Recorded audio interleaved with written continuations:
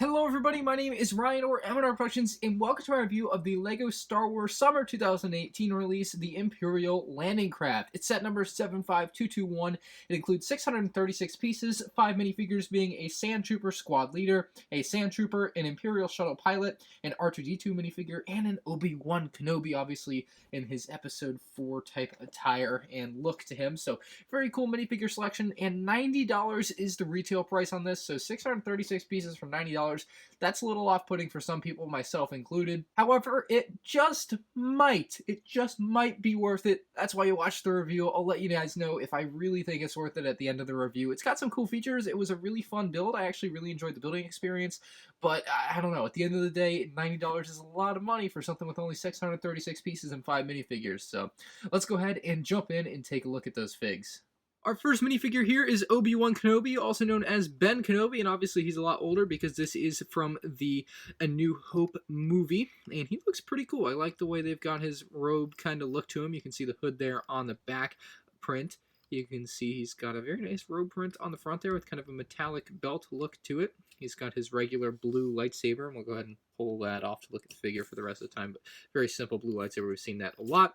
You can see he's got a very nice face print. He's got the typical gray hair that he's had forever, and then if you pull off that gray hair, there is no second face print, which is kind of a shame for a set that has so few minifigures, but I understand why, because the print would kind of leak out of the back of the hairpiece there, which would suck, so I understand why they didn't do it, but still kind of a shame there that it isn't there. But next up, we have the typical run-of-the-mill R2d2 minifigure. Nothing really special to write home about here, just your simple typical R2d2 minifigure. So he's got the regular torso print, the head print, and everything. So if for some reason you don't have an R2d2, here you go.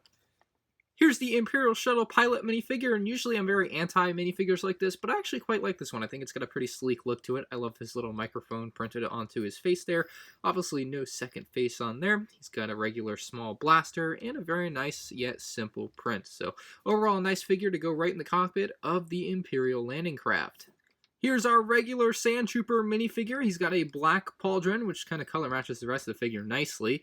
He's got a backpack, which is a pretty crazy design. It's got a lot going on there for a little Lego backpack, obviously held on by the clear piece there, which looks a little bit funny when you consider that, like, they should just make it connect with a regular non-clear piece. I don't know. He's got a very nice helmet with a sandy print on him, so he's got lots of sand all over his torso and legs as well, which have very nice prints. Underneath, you'll find the regular Stormtrooper face that we've seen for quite a while now, so nothing new or special there, but that is your regular Sandtrooper.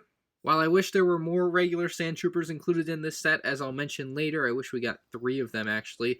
You also get 1 squad leader, and there ain't much of a squad to lead if you don't have 3 of these guys, which would have been nice. We'll get to that later again, but it's the same print and design as the other Sandtrooper there, except this Sandtrooper has a orange pauldron, so you can get that going, which is pretty nice. So he can lead the other Sandtrooper that he has left, which is pretty neat. Underneath the helmet, though, you'll find that same Stormtrooper design, same backpack, same weapon, everything, except he's just called the squad leader with an orange pauldron. So that's the difference there. Nice minifigures, though. So with the minifigures out of the way, we can take a look at the cockpit of the set, which I think is actually pretty nicely designed. It integrates well into the rest of the ship. It's actually connected via Technic to the center mass or center area of the ship, which works really well. You can lift it up to open and access the interior of it really easily. It's just on a couple of Technic hinges, very smooth there.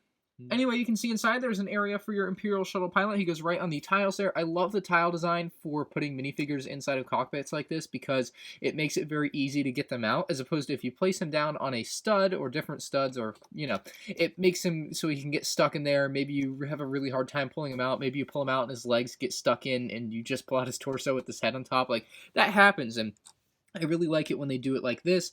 It has like a black underbelly to it, which is a little bit weird to me because the previous version was white, so from 2007. I don't know if that's accurate. I'm sure it's accurate, but like it just looks different. You have this kind of grill pattern on the front. And then on either side, you have a pair of stud shooters, so you can use those very easily, you know, to push the little red stud off there with the gray bit. Very easy, and then just reload the stud like so.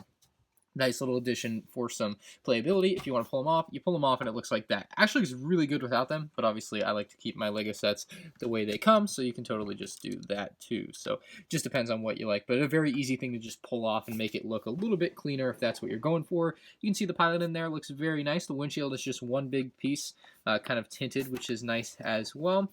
The design of it is very similar to what we saw in 2015 with just the regular Imperial shuttle, and then up here you also do have a little bit of a control panel, if you will. It drops down right in front of him, like, perfectly. So it's an older Lego control panel design. We've totally seen it before. Excuse me for hitting the camera there, but you've totally seen this in a lot of different sets before, so nothing really to write home about, but it's very cool the way they kind of integrated it into the top part of the nose of the ship there, and then it just kind of comes down right in front of his face, which works really well for playing around with. So I like the way they did the cockpit.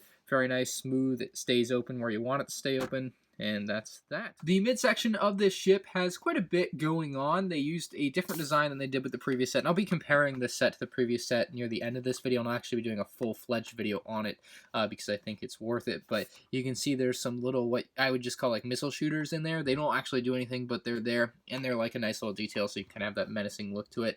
You can open up all three of these separate panels here. And they do have some nice stickers on them. They don't quite color match the white of the Lego, so it does look a little bit off. You can tell that on camera. So if you leave the stickers off, I don't think you're missing out on anything because the older set didn't have stickers, but you can totally just put the stickers on or off. Doesn't really matter. You have some like trans yellow caution lights in there, and the overall interior design is actually quite rudimentary, I would say. There's not a lot going on in there. It's not very finished. That's the word I'm looking for. It's not a very finished off interior. And I readjusted the lighting there so you guys could see a little bit better, but you get an idea of what's going on in here. There ain't too much to do. You can drop your Lego Stormtroopers or Sandtroopers in here very easily though, and they'll kind of sit in there. You can have them on either side of this ship here. So you basically put them in a seated position like so, and you drop them in there. So you only get 2 Sandtroopers obviously in the set, so you can only put them on one side, or I guess you could split them if you want, but it'll close up just fine. They sit in there. And if we flip it around, I'll give you an idea of what we're looking at over here. It's the exact same thing, so you have where you can put Sandtroopers in. And that's kind of my qualm with this set, is that it didn't have enough minifigures. Like, they should have had 4 Sandtroopers in here. There's just no excuse. For $90 for what it is, they should have had 4 Sandtroopers. They could have put 1, 2, 3, 4, just like they did in the older set. Would have worked perfectly. So with that little complaint out of the way, I'll show you the other main feature of the midsection of the ship here. And we open these panels back up to access our Sandtroopers in here. And you can actually have the Sandtroopers drop out by dropping this little panel here. It's going to drop down like so. You can have it touch the floor there. And then you pull this bit till it stops there. It's got a couple of stopper things there. And it'll drop down a little ramp. So you can have a little ramp for your Sandtroopers to walk up and in to the Imperial landing craft. Now, obviously, it's not quite to scale, so it doesn't quite look right, if that makes any sense. Like, obviously, no Sandtroopers can be walking up something like this, but, like, it works. Like, it's something that's really cool. The older set was kind of missing this, so my one problem with it, I would say here early on, is that when you put any pressure on it, it tends to slide back in. Well, I guess you could put it up against like that. So if you close the top panels, it actually looks pretty cool like that. You can have, you know, this panel is going to go a little lower, so you need to line it up because there's nothing to stop it, but it actually looks pretty cool. You can have the Sandtroopers line in there.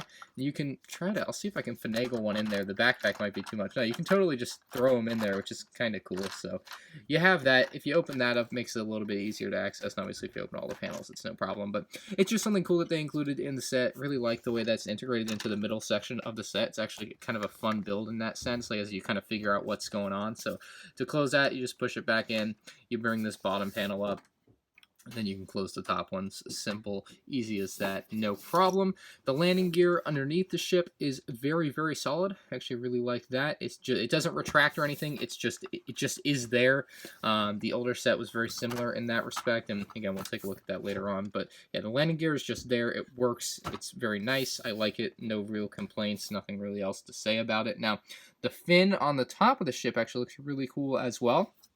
It's a very solid design. It's actually built with Technic into the ship, so you're going to have no problem using it to lift the ship up. Now, I keep talking about the older version, but this is an improvement upon the older version once again, because you couldn't do that in the older version. It would just break off and you'd have a big mess on your hands. But this one, obviously, like the 2015 Imperial shuttle, very similar to that. It works very, very well where you can pick it up. It's very solid, actually. There's very little no bending, I would say, in there, so you can have a real fun time with that, swishing it around. There's a sticker on both sides. They're exactly the same, and then a little orange light at the top there to kind of have that, you know, kind of like an airplane, I like to think of it as, which is pretty cool. So looking at it from the back here, You'll see the thrust area, the engines, if you will, and those just use some trans blue bits there to kind of get that effect. And there's some regular blue plates under there that kind of make it look darker, but it is just a 1x4 trans light blue piece there that runs the length of that. So you can drop these two little wings down very easily. They're kind of on, they're on like the Technic hinges there, which are kind of cool, but they also make it like do that, and I don't know, it works very well. You can lift the set up and have it fly away like that. The only qualm I have with it looks funny because the landing gear doesn't retract, so you could just pull the landing gear off the bottom if you really wanted to, have it look cool while you're flying around, but I have no real complaints. The wings don't go together any closer, so like they actually are supposed to be like that, and that's how they are. Very, very cool. Looks very nice from the back there, very finished off with lots of different tiles and designs, and really, really like the way it works. So there's the wing there, no stickers or anything on the wings, just to give you an idea of what's going on there. But overall, the design is very, very nice. It's compact. It works well. You can see the underside on the back there. It's very finished off, which I like. The one thing I don't like, again, though, would be the interior feels not very finished off. Like, the exterior is excellent in every single way, but the interior, they just didn't do a lot with the interior other than this little ramp, which I really do like. The interior just feels a little bit lacking, but let me show you guys the older version of this set as well as the 2015 Imperial shuttle, because I'm sure you're curious what they look like next to each other. Here are the three of them together. You can see the version on the left is the same ship as the set we are reviewing here today, the Imperial Landing Craft. It's from 2007 though, and it costs $50. The new one costs $90. The middle set there is the Imperial Shuttle from 2015, and it was only $100 for like over 900 pieces. So for like 300 pieces less, you're only getting $10 off. And I feel like that makes the new Imperial Landing Craft look really overpriced. I just genuinely feel when you look at a model that was $100 3 years ago and something that's $90 today, and not much has changed. I mean, given they use these much larger pieces for the exterior of the ship, but I don't know. It's really hard to convince me that this is worth 90 when that was only worth 100. Like, that's a crazy difference in price for what you get and how much smaller this one feels. So maybe Lego is justified in that $90 price point. Like, I genuinely like the new Imperial Landing Craft, but $90 is really off-putting when you put it side by side with something that costs just $10 more. And here are the two versions side by side. Obviously, like I mentioned, the cockpit is a lot closer to the new Imperial shuttle, but other than that, it's a very similar ship, obviously, because it's based off the same thing. But they've changed the design around quite a bit, and I do want to show you why I say I feel like the interior is not very finished off on the newer version. Like I said, there's not a lot going on in here, but with the older version, you had quite a better interior. Now, obviously, you're not supposed to pick it up by the fin or anything. It's a lot worse of a design overall, but the interior is the one way that the older version shined. It had a lot more going on in there. It felt a lot more complete.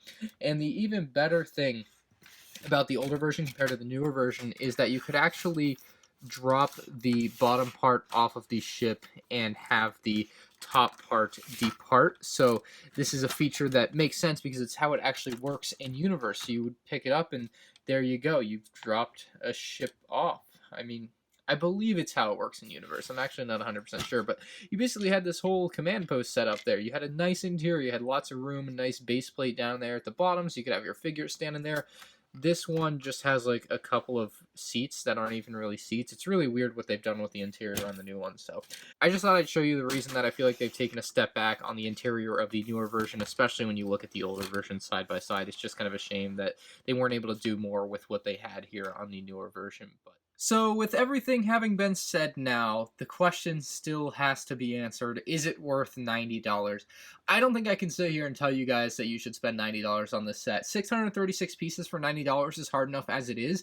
And then it has a downgraded interior from the previous version, and it also feels like it's lacking in the minifigure department. Don't get me wrong, I love getting the Ben Kenobi and R2d2, and I really like the Sandtroopers, and I do kind of like the Imperial shuttle pilot. However, why don't we get 2 more Stormtroopers? Why can't we fill out all 4 spaces of our Imperial landing craft? I don't understand why there weren't 4 of those guys included. It just doesn't make any sense to me. For $90, I feel like LEGO has a real problem where they're not including enough minifigures and sets anymore, and this is definitely a prime example of that to me.